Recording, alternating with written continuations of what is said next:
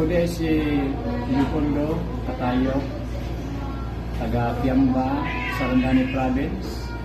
Usa ka pasyente sa prostate problem. Tungod kay pagkatun ako sa Jinsan, doon ay examination na gihimo si Dr. Alifa sa Jinsan Medical Plaza.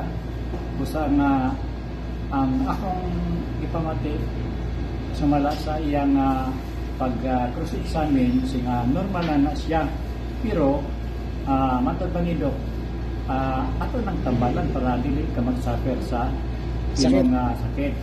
Pero masakit na siya. Masakit na siya.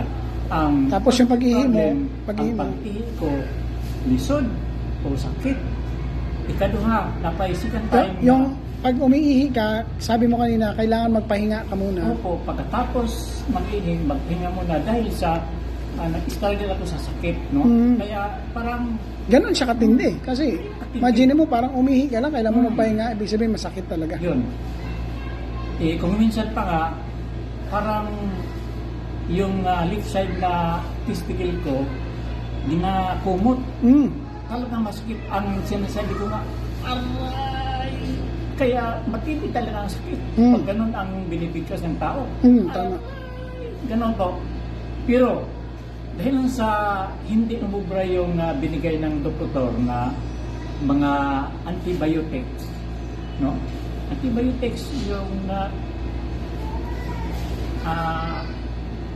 hindi ko na matandaan yung basta good for 3 months na medication, drug medication, hindi umubra. Kaya ako'y nagpasalamat po na dahil dito kong 12 power herbs ay sa patuloy kong na paggamit nito at kasama sa awa ng Panginoon, talagang sa ngayon po masasabi kong wala na yung masakit. Wow. Na pag-ihi. Wala na yun. Maganda na yung pag-ihi. Maganda na ang pag-ihi, kaya ako'y nagpapasalamat ng lubos.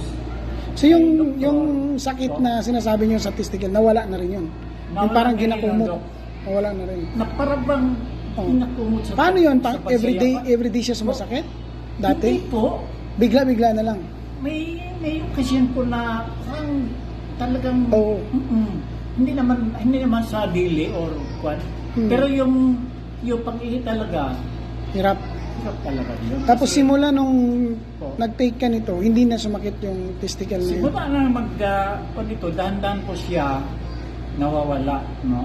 Kaya sa ngayon po, no, sa ngayon totally po nawala na yung sakit na, kasi ang sabi niya ng Dr. Alifa, bakit masakit mag-exit yung ihi? Dahil may buko. sumisikip. Kasi nag-expand yung Bukol. Prostate. Yun. Yung prostate gland ay Malaki. nag-expand, kaya medyo sumikip din yung urethra. Yung Urinary. urethra. Uli, no? Yung daan ng ihi. Kaya sa ngayon, So ngayon, pag umihi ka, sarap na. Hindi na, sarap na Hindi talaga. na. Wow, galing. Kaya nga, si Mrs. nagpapasalamat din. Galing. Ay, talagang Galing. Opo. So, thank you very much, Sir. At ito'y talagang makatulong sa iba. Na ang dami ngayon mayroong prostate. Kaya dami kami yung sinabihan dito na mga kababayan namin. Minsan, ganun po. Wow. Kaya, bilang Seventh Adventist po, dito po kami nanalag sa herbal. Yes. Dito rin ng Panginoon. Yes. Plant-based. Opo. Thank you very much, Sir. At sana makatulong tayo sa iba na may mga sakit. Opo. Thank you very much po.